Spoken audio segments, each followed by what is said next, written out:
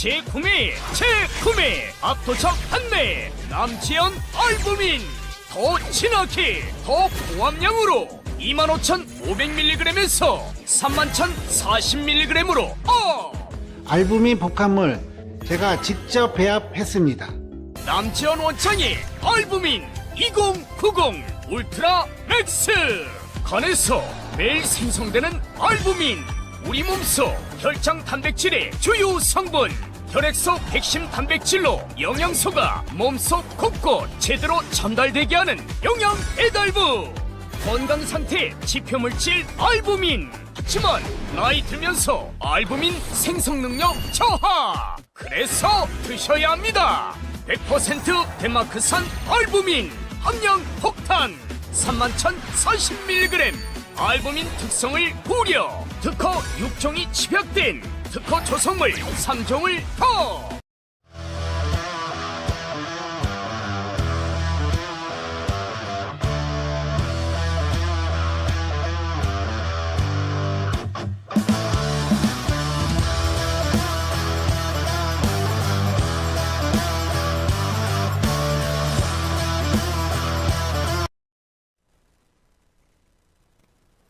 네, 전세계에 계신 아투TV 시청자 여러분 그리고 애국국민 여러분 반갑습니다. 오늘 월요일인데요. 날씨가 조금 쌀쌀하죠? 네, 오늘 아침에 보니까 영하권으로 내려갔던데요. 마지막 꽃샘 추위 조심하시기 바랍니다. 건강 잘 다지시기 바랍니다. 오늘 저는 이런 내용으로 여러분께 뉴스 브리핑을 해드릴까 합니다. 썸네일을 한번 보여주시면은 지금 윤석열 대통령 탄핵 심판 선고일이 빠르면 이번 주에도 잡힐 수 있다. 뭐 이런 보도들이 지금 나오고 있어요. 그래서 지금 기각이나 각하되느냐 아니면 인용되느냐 예측이 다양합니다. 근데 결국 이건 그 정영식, 김복형, 조한창 같은 보수파 재판관 손에 달려 있다. 이런 내용. 그리고 지금 언론 정치권에서 막판 탄핵 심판 막판이 되니까 선전선동을 해야 되는 것이 정말 이 꼴불견입니다. 그 부분들을 제가 팩트를 좀 정리를 해드리겠습니다. 자, 그러면 먼저 이 내용부터 먼저 보죠. 오늘 아시아투데이 그 헤드라인 기사인데요. 아시아투데이. 여기 보면 좀 재미있는 내용이 있습니다. 아주 흥미로운 내용인데. 아시아투데이 오늘 헌재 판결, 금주의 각하, 내주 기각 유력. 뭐 이런 기사가 있어요. 한번 이 기사를 한번 좀 띄워주시면, 네네, 이 기사입니다. 현재 이제 전망을 하는 거죠. 전망을 하는데 오늘 이게, 머리 기사입니다. 여기 보니까, 윤석열 대통령 탄핵 심판 선고가 이번 주 나온다면 목요일 아니면 금요일이죠. 예, 목요일 아니면 금요일입니다. 이번 주 만약에 나온다면은 각하된다. 각하된다는 것은 구성 요건이 미비해서 뭐 검토할 것도 없이 국회로 다시 되돌려 보낸다는 소리입니다. 즉 국회로 보내서 국회가 다시 뭐 탄핵제 소추를 하든지 말든지 그건 국회가 알아서 해라 보내는 겁니다. 자, 그 다음에 다음 주에 나온다면 기각 선고가 나올 거다. 다음 주에 나온다면 기각이다. 기각이란 말은 아예 그 재검토 대상도 되지 않는 겁니다. 자, 그런데 여기 내용 중에 보면 저기 서브 타이틀에 보시면은 정형식 주심이 지금 정형식 재판관이 주심이거든요. 8대0 각하를 주장하면서 전원일치로 가자 뭐 이런 이야기를 좀 한다는 관측입니다. 이건 관측입니다, 여러분. 그래서 지금 8대0 전원일치 각하로 가자고 주심이 좀 이야기를 하는데 여기에 여성 재판관이 4명이 있잖아요. 김복형 재판관 빼고는 나머지 여성 재판관들은 다 어떻게 보면 좌파 계열이라고 볼 수 있습니다. 이미선 국제인권법연구회, 정계선 우리법연구회, 정정미는 좀 좌파 성향의 판결을 많이 한 전력이 있죠. 그래서 이미선, 정계선, 정정미 재판관들이 반대를 한다. 그러면 전원일치가 안 되겠죠. 그러면 선고가 내려갈 수도 있다. 선고가 뒤로 밀릴 수도 있다. 그럼 어떻게 되느냐. 이재명 3월 26일 공직선거법 2심 선고가 먼저 난다. 이렇게 볼 수 있는 거죠. 예. 상당히 아시아투데이 그 내용이 좀 눈길을 끕니다. 지금 왜냐하면 헌재 안에서의 지금 움직임들이 잘 외부로 알려지지 않습니다. 왜냐하면 굉장히 보안을 유지하는 거기 때문에 잘 알려지지 않아요. 이제 그런데 이제 이런저런 뭐 취재 루트를 통해서 뭐 언론사별로 예측을 하는 거죠. 지금 다양합니다. 뭐 탄핵 기각이나 각하가 될 것이다. 이런 주장도 많고, 아니다, 인용될 것이다. 뭐 이런 내용이 있는데, 인용될 것이라는 주장을 하는 교수들이나 이런 분들 이야기를 들어보면 소위 말해서 내란죄, 정치인 체포하라 했다. 근데 정치인 체포하라 했다는 것 때문에 인용될 가능성이 크다고 하는데, 정치인 체포하라고 하는 것은 여러분 다 아시다시피 국정원 홍장원 차장의 지렁이 글씨 가짜 메모, 그리고 특수전사령관 곽종근의 가짜 뉴스 아닙니까? 뭐 양심선언 하라고 한다는데 안 하면은 내란죄로 엮어버리겠다. 뭐 이런 식으로 협박을 받았다. 뭐 이런 이야기 안 해요? 그러니까 지금 그 정치인, 국회의원 정치인 체포해서 잡아내라고 했던 부분이 팩트들이 지금 많이 깨졌기 때문에, 그게 만약에 사라지게 되면은 단순하게 비상계엄 선포했다는 것 가지고 대통령을 탄핵할 수 있다? 대통령을 파면시킨다? 그러니까 이게 이제 참 어떻게 보면 근본적이고 본질적인 문제로 다가서는데요. 대한민국 헌법에 대통령은 국가 통치행위로서 비상계엄을 선포할 수 있게 되어 있습니다, 여러분. 그런데 비상계엄 선포했다는 것 때문에 파면이라면 대한민국 헌법도 파면시켜버려야죠. 그런 헌법을 잘못 만들었다는 거 아니에요, 결국은.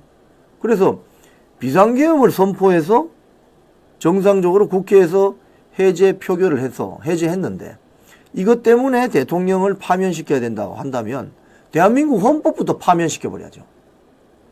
논리가 그렇게 되는 거 아니겠습니까? 그래서 민주당 세력들이 국회의원을 잡아들이라, 이런 내란죄 구성을 기획하고 공작하고 모의한 거 아니냐. 그리고 가짜뉴스 만들어내고 가짜 메모가 등장하고 이런 거 아닌가. 지금 한 석 달간 쭉 지켜본 결과 그렇습니다. 지켜본 결과. 자, 주간동화 기사 한번 볼까요? 정영식, 김복형, 조한창 재판관 손에 탄핵 여부 달려있다. 이 주간동화 기사를 보면은, 이게 기사가 나온 지는 조금 됐어요. 조금 됐는데, 여기 사진 한번 보세요. 밑에 사진. 두 장의 사진을 보면은 헌법재판관 8명의 사진이 나와 있는데, 파란 점선으로 해서 강조된 세 사람이, 제일 위에 있는 사람이 여성 재판관 4명 중에 김복형, 오른쪽에 2명은 남성 재판관 2명 중에 왼쪽에서 세 번째 있는 분이 정형식 재판관. 정형식 재판관은 윤석열 대통령이 지명을 했고, 오른쪽에 있는 조한창 재판관은 국민의힘이 지명했습니다. 그리고 저 위에 있는 김복형 재판관은 현재 조희대 대법원장이 지목했습니다. 자, 그런데 이 3명을 왜 주목해야 되느냐? 이 3명이 지금 이 결정적인 역할을 할 수 있다는 겁니다. 어떤 역할? 저 8명 중에서 대통령 파면시키려고 하면은 6명이 필요하죠. 6명. 그런데 저 동그라미 쳐져 있지 않은 5명 중에 제일 왼쪽에 있는 정계선 재판관, 직전 서부지방법원장, 그 다음에 김복형 재판관 건너뛰고 정정미 재판관, 그리고 그 다음에 이미선 재판관, 그 다음에 밑에 제일 왼쪽에 남자 문영배 재판관. 요 4명은 이진숙 방통위원장 탄핵 심판에서 파면시켜야 된다, 이런 이야기를 했거든요. 인용해야 된다.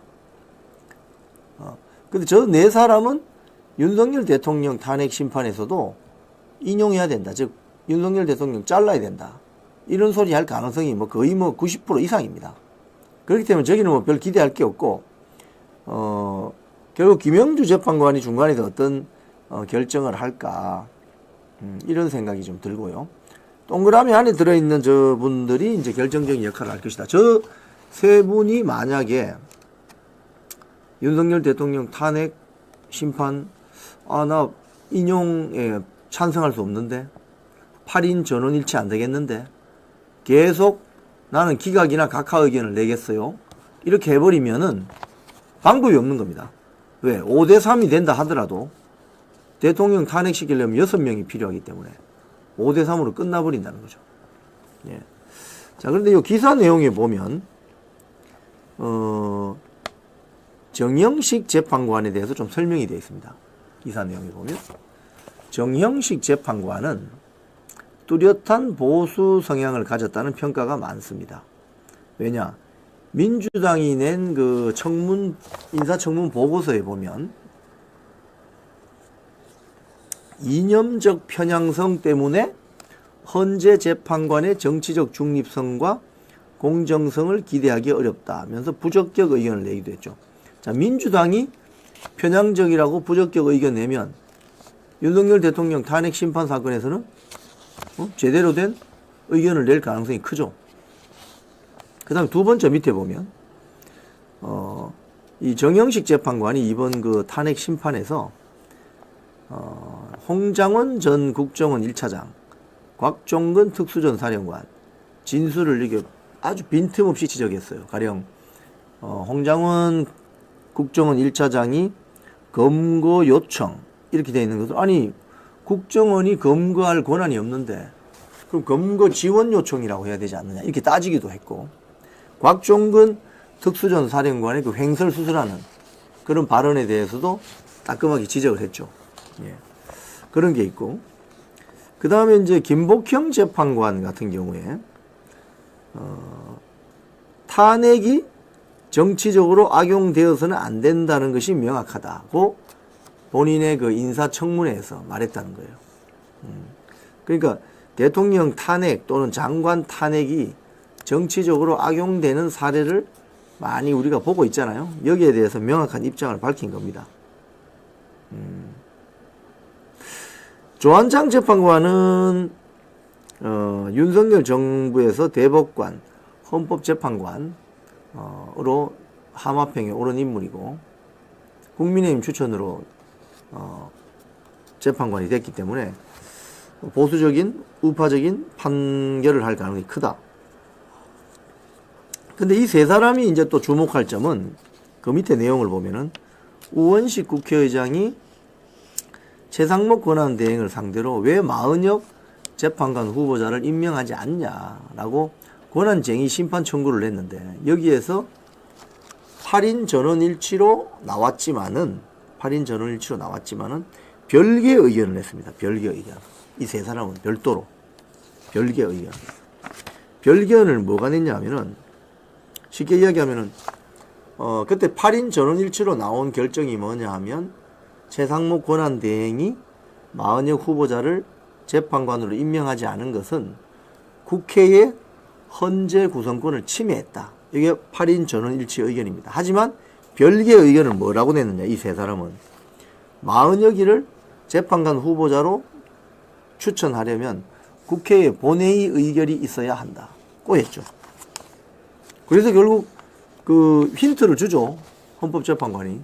이거 의결 국회 처리하는데 얼마 걸리냐 했더니 많이 걸리지 않는다. 이러니까 4일 만에 국회 표결해서 만들어 오잖아요. 응? 힌트를 주죠. 재판관들이. 근데 여기에 그런 의견을 달아놓았다.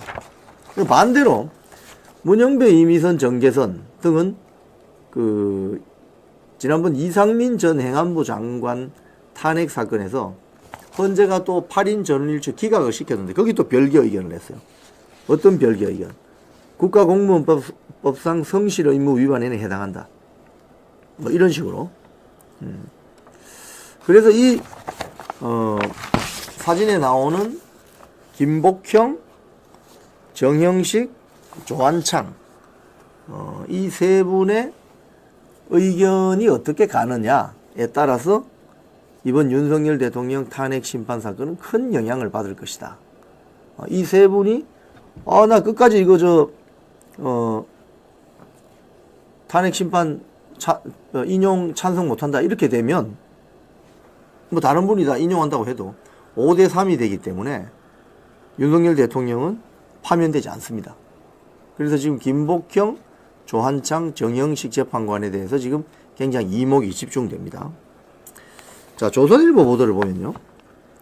4대4 진영 논리 비판에 8대0 잇따라 전원 일치 결정. 이런 기사가 있습니다. 여기도 보면 이제 최근에, 여기 사진을 좀 내려보시면은 재판관 8명의 사진이 쭉 있죠. 근데 이 8명이 그동안, 결정 내린 게 그래픽으로 설명이 잘 돼 있어요. 조금 내려보세요. 내려보시면은, 자, 먼저, 이진숙 방송통신위원장 탄핵할 때, 저기 보시면 기각 4명이죠. 기각 4명. 이진숙 방통위원장을 파면하면 안 된다. 파면할 필요 없다. 그 이야기한 것이 김영두, 정영식, 김복형, 조한창입니다. 그래서 제가 방금 말씀드린 정영식, 김복형, 조한창 이 세 사람을 보면은 윤석열 대통령 탄핵 심판이 어떻게 갈지 조금 가늠이 된다. 결국 저 사람들이 윤석열 대통령 탄핵 심판 반대하지 않겠습니까?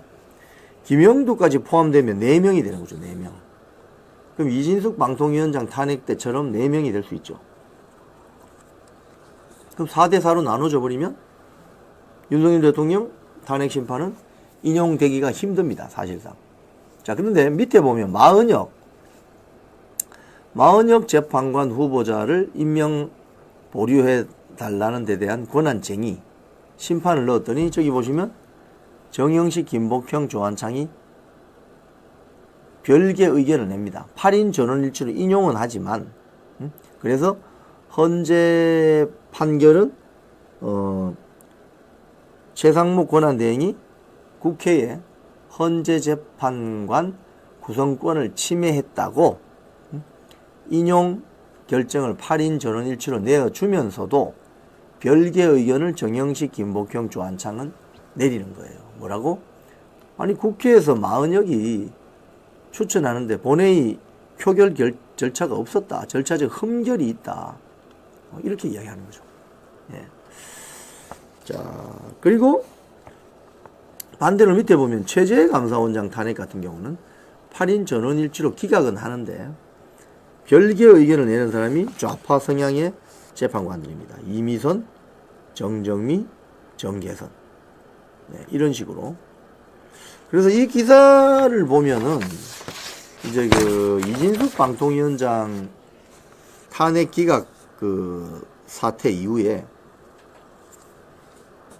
4대4로 갈라져 있던 게 결국은 8명 전원으로 전원 일치 의견을 내고 별도의 별개 의견을 내는 형식이다. 그러면 윤석열 대통령 탄핵 심판에도 이렇게 될 수 있지 않겠나라고 하는 것이 한 일주일 전까지의 어떤 분석이었습니다. 전망이었습니다.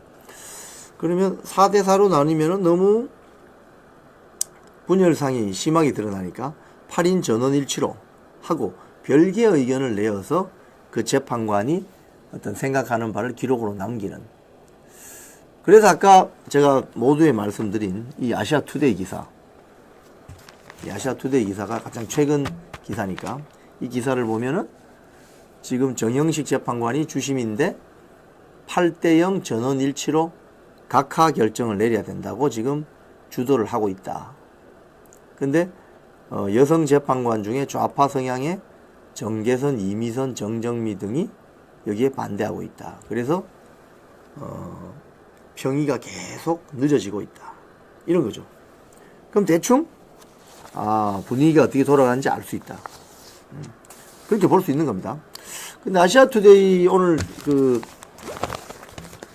주요 기사들이 윤석열 대통령 탄핵 심판과 관련해서 이제 쭉 전망 기사가 많습니다. 한번 요걸 잘 읽어보시면 혹시 이 방송 보시는 분들은 인터넷판에 아시아투데이 들어가시면은 거기에 설명이 잘 돼 있어요. 이번 주에 윤석열 대통령 탄핵 심판 내리면은 각하하고 기각하고 여러분 차이점 아시죠? 각하란 것은 좀 구성적인 요건에 하자가 많으니까 다시 국회로 되돌려 보내는 겁니다. 그럼 어떤 분들은 이렇게 염려하죠. 네, 요 기사입니다. 요 기사를 꼭 한번 보세요. 아시아투데이 헌재 판결. 이번 주 내리면은 각하고 다음 주 내리면은 기각이 유력하다. 이런 전망 기사입니다. 이 각하하고 기각하고 무슨 차이가 있느냐? 물론 기각을 하면은 좋죠. 뭐 기각하면은 그냥 아예 그 사건 자체가 완전히 없어지는 거죠. 기각하면. 그죠? 근데 각하가 되면은 일단 국회로 돌아갑니다. 국회로 돌아가는데 다시 윤석열 대통령 탄핵 소추를 하면 투표를 해야 되거든요. 그럼 국회의원 몇 명 필요합니까? 200명. 자, 그런데 야당표 다 끌고봤자 192명이잖아요. 그럼 이번에도 또 한동훈 따르는 그 국힘당 배지들이 또 넘어가지 못하죠. 왜? 이제 명분이 없는데 뭐 가짜 메모, 가짜 뉴스 다 드러났지 않습니까? 그럼 만약에 거기에다가 투표를 하게 되면 그 사람들은 진짜 국민의힘에서 제명돼야 된다. 그러니까 200명 맞추기가 힘들다는 거예요. 그래서 결과는 각하로 가나 기각이나 가나 똑같습니다. 근데 각하가 어드밴테이지가 있는 점이 뭐냐? 헌재가 명분을 가질 수가 있어요. 기각이라고 하면은 이건 헌재가 소위 말해서 민주당에 이야기할 만한 여지가 별로 없는 거죠. 그냥 잘라버리는 거니까. 근데 각하로 하게 되면은 민주당에도 헌재는 말할 수 있는 명분이 생기는 거예요. 야, 이거 봐. 절차적 흠결이 너무 많지 않아. 내란죄도 철회했고, 지금 여러 가지, 진술도 깔리고, 그러니까 다시 국회로 가져가서 민주당 니들이 표가 많으니까 한번 그럼 탄핵소추 다시 해봐. 각하. 이게 맞다는 거죠. 네. 그런 측면에서 지금, 헌법재판소 앞에서 지금, 시위하시는 분들이 다 탄핵 각하로 이야기하는 거예요. 여기 송백섬님 말씀하신 것처럼 각하되어야 시끄럽지 않습니다.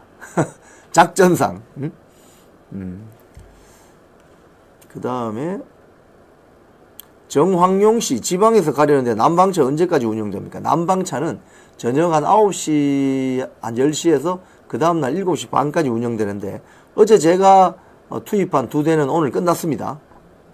오늘 날씨 상태를 보고 또 봐야 될 것 같습니다. 그리고 아마 오늘 다른 분들도 아마 난방버스를 투입할 수 있을 거예요. 자, 각하하고 기각하고 차이점 아시겠죠? 그죠? 각하하고 기각은 결론은 같아요. 같은데 각하를 시켜버리면은 헌법재판소가 국민의힘이나 민주당 쪽에 명분이 있다는 거예요. 절차적인 흠결이 있으니까 국회로 다시 가서 국회에서 다시 결정해서 올리든지 말든지 알아서 하세요. 이겁니다, 이거. 예. 그래서 오히려 각하되는 것이 작전상 좋다. 윤석열 대통령 측 입장에서 보면 각하되는 것이 작전상 어떤 유리하다.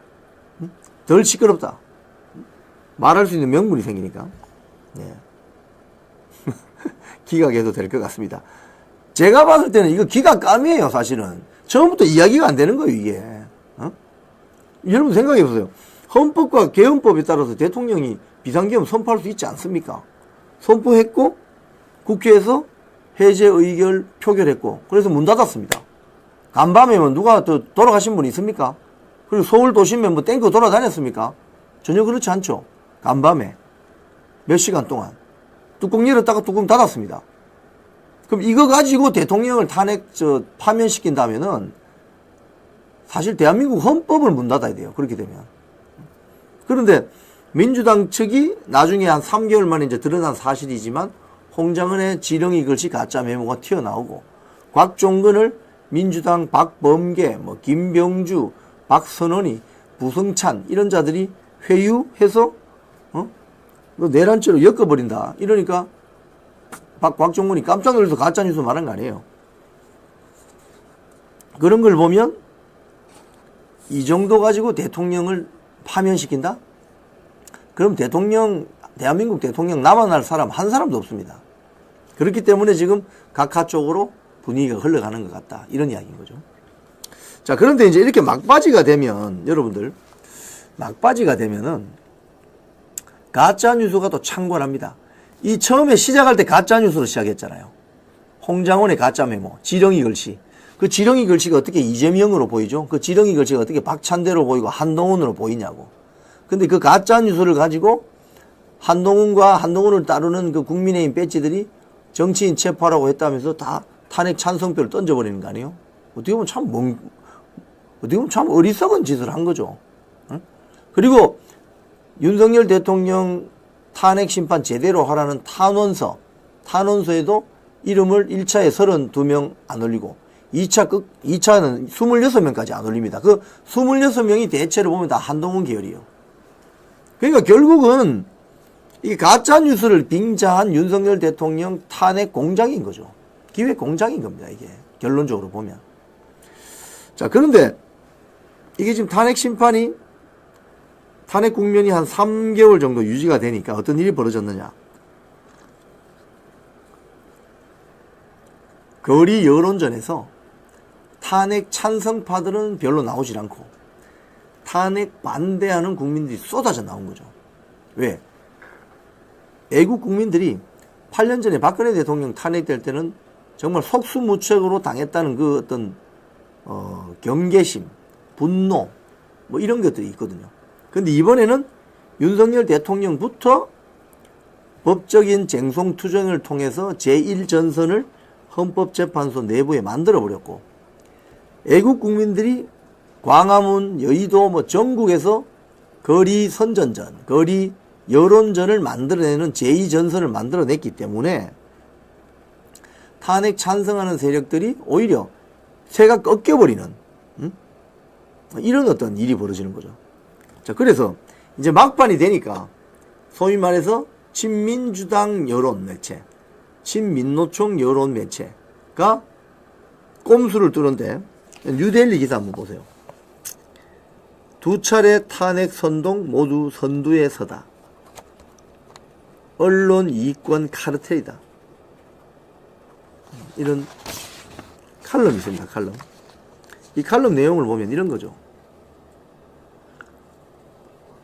뭐 이번 탄핵 윤석열 대통령 탄핵 정국을 만들어낸 것은 이게 언론이다. 결국은 박근혜 대통령 때 첫 번째 한번 시도해서 성공했고 이번에 두 번째 주동자 노릇을 두 번이나.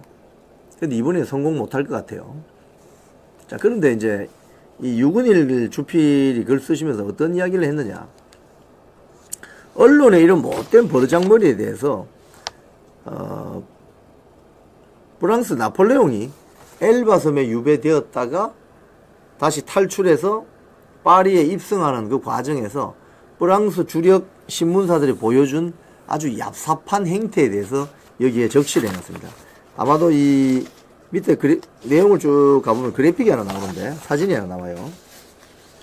여기 보면은 쭉 더 내려가 보시죠. 여기 보면 여기 나옵니다. 여기 보면 글자가 좀 작아서 잘 보이실지 모르겠는데 1815년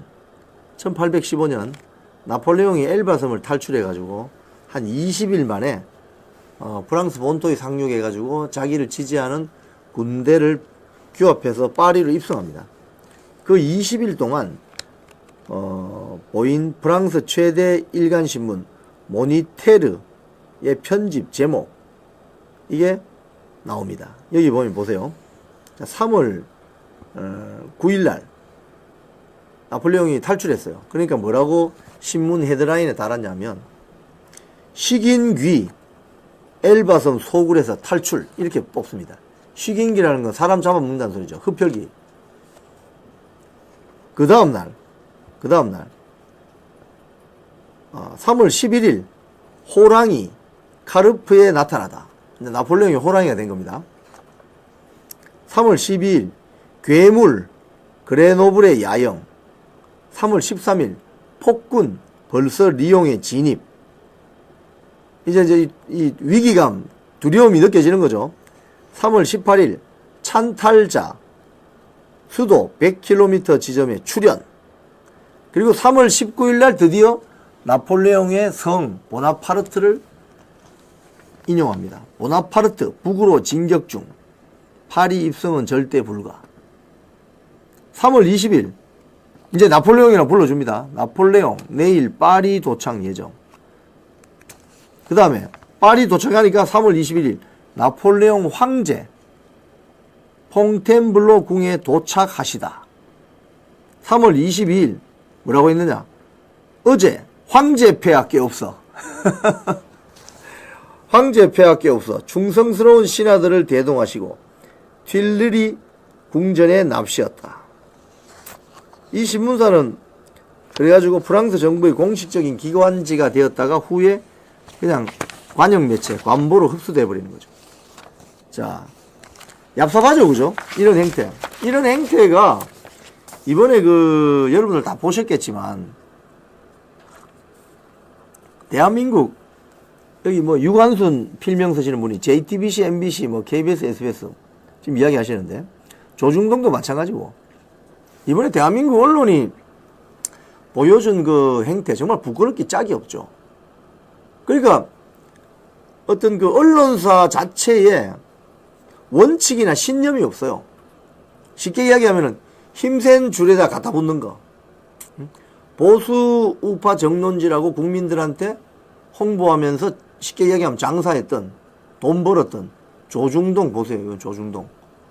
지금 동아일보가 제일 심했다고 봐요. 저는 동아일보, 중앙일보, 조선일보 순인데 이 자들은 소위 말해서 제가 이런 비유를 합니다. 돈은 남대문 시장에서 벌면서 폼은 강남 가서 잡는 그런 식입니다. 강남에 가서 폼을 잡고 싶으면 강남에 가서 장사를 하세요. 근데 왜 남대문 시장에서 돈을 벌면서 폼을 강남에 가서 잡지? 이게 바로 지금 대한민국의 보수 우파 지형의 비극적인 사태입니다.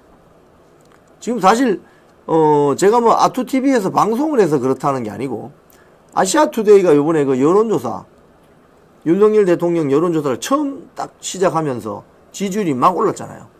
결국 지지율 50% 뚫은 것 같은 뚫어버린 여론조사도 아시아투데이에서 나왔습니다. 그래서 조중동이 윤석열 대통령 지지율 조사 안 했습니다. 처음에 이 비상전국 사태에서. 왜? 이제 윤석열 대통령은 끝났다고 생각하고 자기 대권 후보들 띄우고 뭐 이재명하고 누구하고 붙으면 몇 프로 나오고 이런 식으로 조기 대선으로 몰아갔단 말입니다. 근데 아시아투데이는 그렇지 않았습니다. 윤석열 대통령 지지율을 계속 조사했죠. 그런데 조사하자마자 계속 올라갔죠. 52%까지 올라갔죠.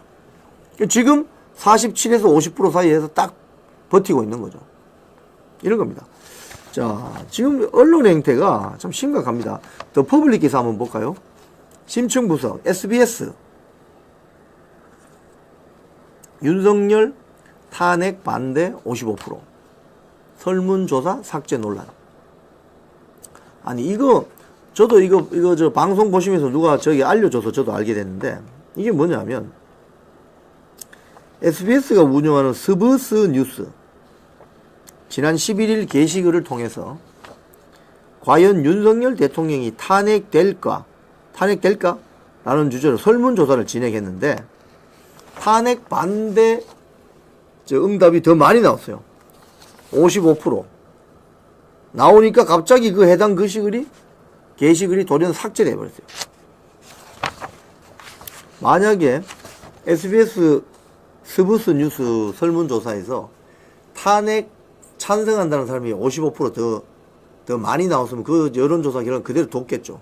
이런 식이라는 겁니다. 지금 기존 언론 매체의 문제가 편파적이죠. 몰아가는 거죠. 여론몰이하는 거죠. 이게 선전선동이죠. 자, KBS가 지금 요번 주말에 좀 문제 지적을 받았는데 더 퍼블릭 기사 보면 아직도 정신 못 차린 공영방송 KBS 탄핵 찬반 집회 편파 보도 국민의힘은 방심위에 이를 제소했다고 합니다. 이게 내용이 뭐냐? 저 밑에 사진 있죠, 사진. 바로 밑에. 그 광주에서 탄핵 찬성 집회 현장인데 기자가 저기 앞에서 마이크를 들고 온 마이크를 잡습니다. 그러니까 저 기자는 제가 그래서 기사를 좀 찾아봤어요. 광주 KBS가 어떻게 보도를 했느냐 찾아봤더니 탄핵 촉구 시민 직결 이 시각 5.18 광주 민주광장 이러면서 탄핵 그러니까 윤석열 대통령 파면에 찬성하는 사람 인터뷰만 왕창 나옵니다. 그래서 또 퍼블릭 기사에도 이게 분석이 되어 있는데 여기 보면 광주 KBS의 경우에 그 기사 좀 내려보시면 나와요. 광주 KBS의 경우에 탄핵 찬성 집회만 2분 25초간 방송. 탄핵 찬성은 단 1초도 내보내지 않았다. 이 편파 방송이죠. 이 완전히 편파 방송이죠. 대표적으로. 그 다음에 광주 KBS는 그 밑에 보면 이런 내용도 있습니다. 2분 25초 리포트 전체를 탄핵 찬성 내용에만 할애했고 민노총 등 반미 친북 단체가 주도하는 퇴진 비상 행동 집회를 일반 시민들 집회인 것처럼 왜곡했다. 완전히 편파 여론 왜곡 조작이네요. 결국은. 그 사진 밑에 보면은 전주 KBS도 나옵니다. 전주 KBS. 이날 탄핵 찬성 집회만 1분 35초 내보냈다. 반면에 탄핵 반대 집회 장면은 단 5초에 불과. 5초면 보통 여러분 그 뉴스에 이 화면을 붙일 때 보통 한 카트가 4초 내지 5초입니다. 그러니까 한 카트 붙였다는 소리예요. 즉 1분 30초면은 90초잖아요. 90초. 90초를 5로 나눠 보세요. 그럼 어떻게 돼요? 5로 나누면 어떻게 됩니까? 90을 5로 나눠 보세요. 제가 이걸 이제 편집을 많이 해가지고 제가 압니다. 18카트가 나오죠. 90초에다가 뉴스 그림을 붙이면은 한 커트당 5초라고 생각했을 때 18카트가 나옵니다. 즉 탄핵 찬성 집회 그림은 18카트를 붙이고 탄핵 반대 집회는 한 카트만 붙였다 이 소리입니다. 대표적으로 편파적이죠. 이런 식으로 장난을 치는 겁니다. 이런 게 뭐라고 합니까 여러분? 악마의 편집이라고 하죠. 악마의 편집. 대전 MBC, 대전 KBS도 또 마찬가지였다. 여기 보면 그 다음 사진 밑에 또 있습니다. 대전 KBS도 마찬가지였다. 그 사진 바로 밑에 있습니다. 탄핵 찬성 집회만 1분 38초. 탄핵 반대 집회는 22초. 탄핵 반대 집회는 그림을 4카트 붙였네요. 22초니까 5로 나누면 5, 4, 20 아닙니까? 한 4카트 붙이고 탄핵 찬성 집회는 1분 38초니까 60초에다가 38초 저것도 한 19카트 붙였네. 그죠? 그러니까 19카트는 탄핵 찬성, 4카트는 탄핵 반대 이런 식으로 편파 보도를 했다. 뭐 이런 지적이 있고 또 주말에 또 이런 뭐 있어요. 펜앤마이크 기사 보면 연합뉴스가 8년 전에 무속에 빠진 최순실이 박근혜 국정에 개입 공작성 허위 보도한 연합뉴스 결국 정정보도 문제는 8년이나 걸렸다는 겁니다. 8년 동안 뭐 했지? 연합뉴스가 최종 패소했다. 그래서 연합뉴스가 그 밑에 그림을 보면은 정정보도문을 냈는데 정정보도문 제가 한번 좀 키워보세요. 한번 읽어봅시다. 뭐라고 정정보도를 하는지. 본사는 이 연합뉴스입니다. 2026년 11월 15일자 저때가 박근혜 대통령 막 탄핵 정국이 심각해질 때죠. 무속인 최순실 장관 인사도 4개 물었다. 대답 안 했다. 저도 이 기사를 본 것 같습니다. 라는 제목의 기사에서 최서원, 개명전 최순실, 최서원이 무속인에게 장관 인사에 관한 조언을 구하였다는 취지로 보도하였습니다. 그러나 사실 확인 결과 최서원이 무속인에게 장관 인사에 관한 조언을 구한 사실은 확인되지 않았기에 이를 바로잡습니다. 이 정정보도는 법원의 판결에 따른 겁니다. 자, 이게 이제 그 반론 보도가 있고 정정 보도가 있습니다. 반론 보도는요, 언론사가 A는 B다. 라고 보도를 했는데 그 보도의 당사자가 무슨 소리냐? A는 C다. 이렇게 이야기하는 거예요. 그게 반론 보도입니다. 그래서 반론 보도는 반론 보도 실어주는 게 큰 부담이 없어요. 응?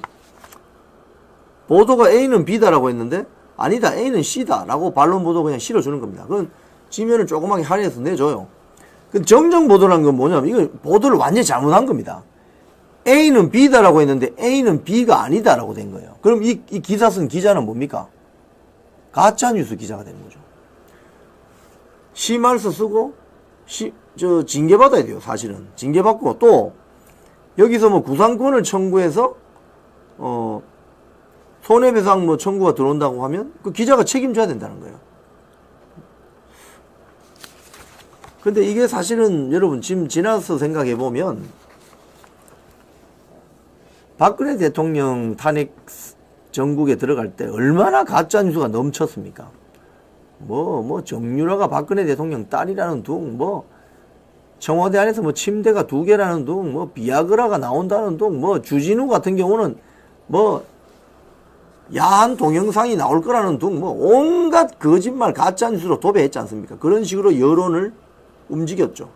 그리고 광장에 촛불 든 국민들이 쏟아져 나오니까 지상파, 종편 할 것 없이 중계차 대놓고 계속 월드컵 축구 중계하듯이 중계해버렸잖아요. 그러니까 여론전에서 이건 당해낼 수가 없으니까 헌재 재판관들이 후일담이 신문에 보도되는 걸 보면 박근혜 대통령 탄핵 전국 초기에도 5대3 정도로 박근혜 대통령 탄핵은 기각될 것이다. 이렇게 전망이 됐는데 소위 말해서 3명, 오늘 제가 3명, 재판관 3명 이야기합니다. 지금 3명의 재판관은 정영식, 김복형, 조한창입니다. 그 당시에도 그런 3명이 있었는데 그 3명이 후일담으로 기자들 몇 년 지나서 만나서 이야기가 그거 아닙니까? 내가 저기 전원일치로 파면 의견을 내지 않으면 촛불에 타 죽을 것 같다. 그런 생각을 했다는 거예요. 그래서 8인 전원일치로 나왔다는 거예요. 근데 이번에는 여러분 아시는 것처럼 광화문이 어떻습니까? 자유우파 국민들이 딱 지키고 있죠, 자리를. 지금 광화문에 주말마다 저도 나가보는데요. 광화문 경복궁역 있는 앞에, 거기 지금 좌파 단체들하고 민주당, 조국당인데 불법 텐트 쳐놓고 있죠. 거기 사람 얼마 안 모입니다. 근데 이쪽, 세종대왕상, 충무공 이순신 장군상, 그리고 대한문까지. 까지 보면 꽉 차죠, 그냥. 전차로 다 차버립니다. 그러니까, 여론전에서 상대가 안 되죠, 상대가. 그러니까 막판에 이런 가짜뉴스가 또 나오기 시작하는 거예요.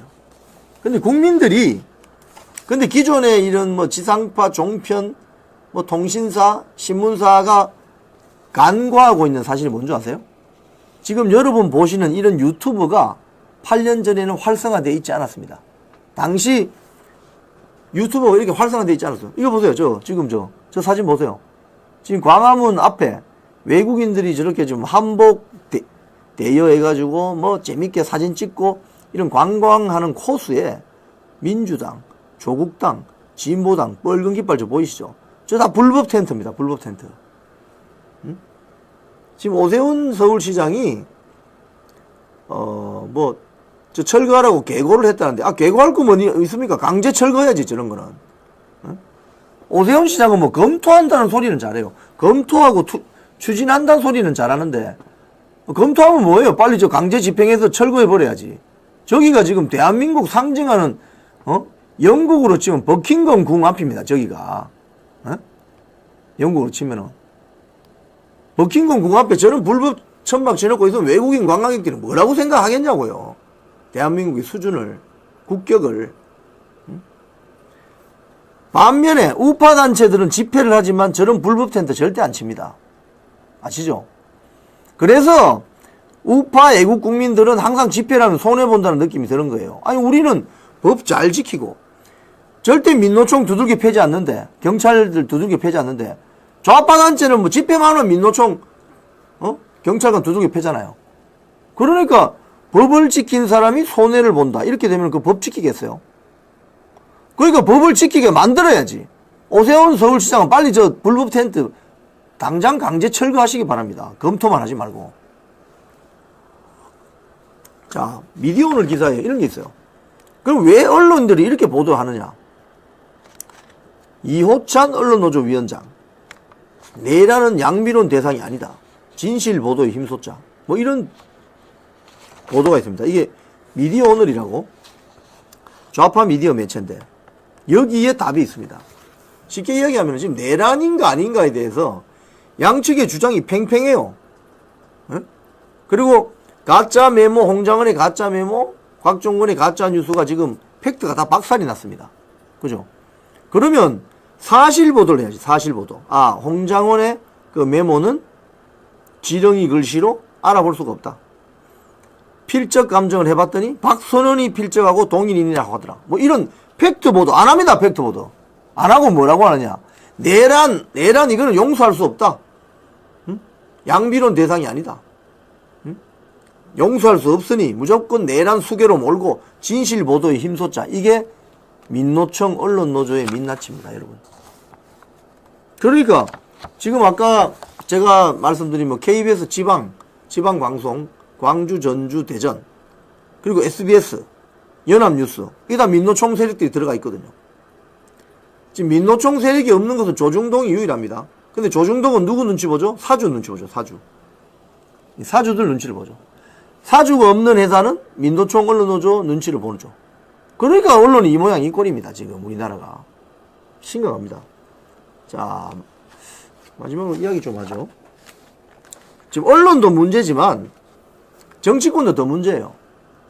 제가 한동훈하고 민주당 이야기를 할 건데요. 먼저 한동훈 이야기 좀 하겠습니다. 한동훈이 난데없이 주말에 미국이 한국을 민감국가로 지정한 것은 타격인데 이런 일을 우려해서 내가 계엄을 막았다. 이런 기사가 떴습니다. 중앙일보. 한동훈 미국 민감국가 지정은 타격.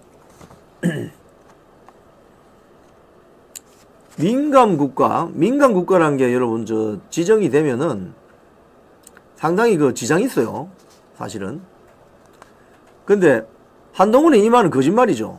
왜냐하면 왜 미국이 지난 1월 달에 우리나라를 민감국가로 지정했겠어요? 민감국가로 지정된 나라가 어떤 나라들이냐? 북한, 뭐 아프가니스탄, 이란 이런 나라들입니다. 근데 왜 갑자기 한국을 민감국가로 지정했겠어요? 왜 그렇겠습니까? 국회 탄핵 1차 소추안 내용에 뭐가 되어 있습니까?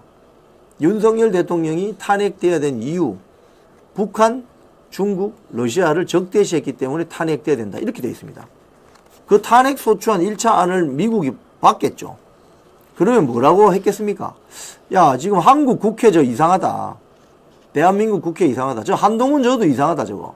친중, 친북, 친러시아다. 이렇게 생각할 거 아닙니까? 그러니까 민간국가로 지정이 됐는데 한동훈은 말을 거꾸로 해요. 이런 걸 우려해서 계엄을 막았다고? 이 거짓말입니다. 왜? 조선일보 작년 12월 6일자 기사. 한동훈 윤 대통령 조속한 직무집행 정지 필요. 주요 정치인들 체포해서 과천에 수감하려 했다. 한동훈이 계엄을 막으려고 했던 이유는 다른 게 아니고 주요 정치인들 체포해서 과천에 수감하려 했기 때문에 자기 이름도 들어가 있었다는 헛소문을 들었기 때문에 윤석열 대통령 탄핵 소추안 가결을 하자고 배지들한테 이야기한 겁니다. 쉽게 이야기하면. 그래도 친한동훈 계열 국회의원들이 다 탄핵 찬성해버리잖아요. 그러니까 민감국가 지정을 막기 위해서 비상계엄을 막은 게 아니라니까요. 말의 선우가 틀려요. 거짓말이에요. 그러니까. 한겨레신문 기사도 똑같습니다. 보면 12월 6일날 한동훈 탄핵 찬성표 시사. 윤석열 대통령 직무정지 필요. 주요 정치인 체포해서 과천에 있는 뭐 방첩사 구금시설에 수감하려 했다. 이것 때문에 윤석열 대통령 탄핵 찬성한 거 아니에요? 한동훈? 근데 이제 와서 무슨 그래서 지금 더 퍼블릭에 김성애 전 비서관이 이런 글을 썼습니다. 김성애 전 비서관. 한동훈 아무 말 대잔치도 유분수. 미국의 민감국가 지정 발언 직격. 여기 보면 이런 말이 나옵니다. 민감 국가로 미국이 한국을 지정한 이유는 정정 불안이 아니라 친중 적성 국가 화해 위험성 때문이다. 지금 대한민국이 윤석열 대통령이 탄핵되어서 친중 국가 될 것 같으니까 민감 국가로 지정한 거라고요. 그게 누구 때문이냐고? 한동훈 때문이지. 에? 한동훈이 윤석열 대통령 탄핵에 가담하지 않았다면 윤석열 대통령 지금 헌법재판소에 탄핵 심판 안 받을 거 아닙니까? 그리고 뭐 내란죄 뭐 걸었지만 구속 취소돼서 나왔잖아요. 그러면 불구속 상태에서 재판받고 대통령 직무 수행할 수 있는 거 아닙니까? 적어도 친중국가, 친북국가는 안 간단 말이에요. 근데 어디다가 거짓말이야, 한동훈은. 응? 쥐가 지금 대한민국을 굉장히 위기에 빠뜨려 놓고 그 위기를 구하려고 제가 대통령의 계엄을 막은 것입니다. 이런 궤변을 한다니까요. 자, 뉴델리 기사 이거 보세요. 탄핵 1등 공신 배신자 한동훈. 윤 대통령 출소 이틀 후 북콘서트 투어 시작. 결론은 이겁니다, 여러분. 탄핵 1등 공신이 한동훈 아닙니까? 그리고 그를 따르는 20여 명의 친한동훈 계열 국회의원들? 지들이 이런 결과를 참담한 참사를 빚어놓고 지금 북콘서트하고 돌아다녀요, 지금. 서울에서, 부산에서. 뭐 또 대구도 간다고 그러던데. 말이 되는 소리예요, 이게 지금. 어? 자, 민주당 이야기 좀 할게요. 민주당이, 자, 이거부터 먼저 봅시다. 펜앤마이크 기사에 주말에 이런 게 떴습니다. 한미동맹 강화 결의안이 국회를 통과했는데 좌익 성향 국회의원 40명은 반대 기권했습니다. 좌익 성향 국회의원 밑에 쭉 보면 명단이 나오는데 저기 보면 반대 국회의원 총 17명, 민주당 4명, 조국당 9명, 진보당 3명 나오죠? 기권 쭉 나오죠? 그럼 밑에 기권 23명, 민주당 20명, 조국당 2명, 기본소득당 1명이죠. 자, 국민의힘 국회의원들 1명도 없죠? 1명도 없죠? 자, 조선일보 기사 이거 있습니다. 민주당이 한미동맹 결의안을 먼저 발의한 이유. 이유가 뭐냐? 이 조선일보 기사. 여기 보면 이 한미동맹 강화 결의안을 민주당이 먼저 발의했다는 거예요. 언제? 1월 달에. 윤석열 대통령 2차 체포영장 집행돼서 서울구치소로 가고 나서. 왜? 이재명의 친미 이미지를 만들기 위해서. 그렇게 해놓고 지금 정작 한미동맹 강화 결의안에는 한 40여 명의 민주당 의원들 포함해서 조국당, 기본소득당 등등 진보당 포함해서 좌익 성향의 국회의원들 40여 명이 반대해버리는, 이거 말이 되는 소리예요, 이게. 뻔히 눈 뜨고 거짓말하는 거 아닙니까, 이게. 이런 식이라는 거예요. 그래서 한동훈도 마찬가지고 민주당도 마찬가지고 똑같습니다, 하는 행태가. 입만 열면 거짓말입니다. 국민들을 속이려 들죠. 그리고 이슈가 있으면 그 이슈에 편승해서 자기의 이미지를 나는 친미주의자입니다. 뭐가 친미주의자입니까? 이재명은 주한미군을 점령군이라고 했어요. 그게 친미주의자입니까? 완전히 골수 반미주의자지. 한미동맹 강화 결의안을 지들이 발의해놓고 좌익 성향 국회의원들 40명이 가서 반대에 투표하는, 이게 말이 되는 소리입니까? 그러니까 그 한미동맹 강화 결의안을 내는 퍼포먼스, 쇼잉하는 이유는 뭐예요? 이재명이 친미 성향이 있다는 걸 쇼잉하는 거죠. 소위에서 거짓말하는 거죠, 거짓말.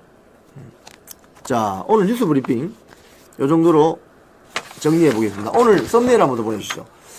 오늘 저는 여러분께 이런 내용으로 브리핑을 해드렸습니다. 지금 윤석열 대통령의 탄핵 심판 선고가 따르면 이번 주에 나올 수도 있다는 언론 보도가 오늘 조간신문에 깔렸습니다.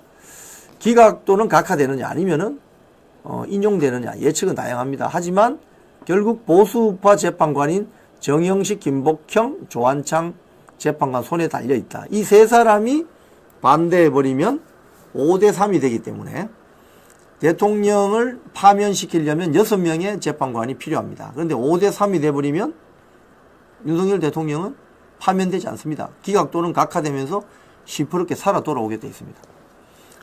국면이 이렇게 돌아가자 언론과 좌파 정치권이 막판 선전선동을 해대고 있습니다. 이 부분에 대해서 여러분들 속아 넘어가지 마시기 바랍니다. 그러려면 우리 아투TV, 이영풍TV, 이영풍 뉴스 브리핑 많이 보시면 되겠습니다.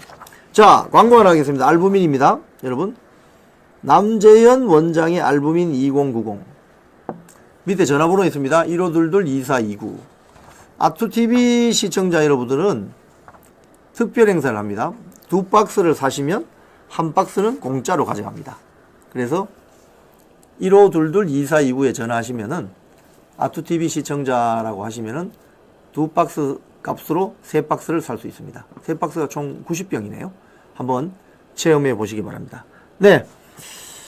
오늘 월요일입니다. 날씨가 많이 춥습니다. 여러분. 내일하고 수요일은 더 추울 수 있습니다. 헌재 앞에 나와서 싸우시는 분들 서로 격려해 주시고, 좌파 단체가 와서 이렇게 도발을 해요. 절대 도발에 넘어가시지 말기 바랍니다. 뭐라고 하면, 알겠다고 하고 열심히 싸우라고 하십시오. 그리고 결국 헌법재판관들이 그거는 심판합니다. 헌법재판관들이 정말 대한민국 헌법에 따라서 심판할 수 있도록 자기가 속한 우리법연구회나 국제인권법연구회, 좌파 운동권, 이념 카르텔에 따라서 심판하지 못하고 헌법에 따라서, 대한민국 헌법에 따라서 심판할 수 있도록 헌법재판관들에게 목소리를 외쳐주시기 바랍니다. 자, 오늘 뉴스 브리핑 여기까지 하겠습니다. 내일 뵙겠습니다. 고맙습니다.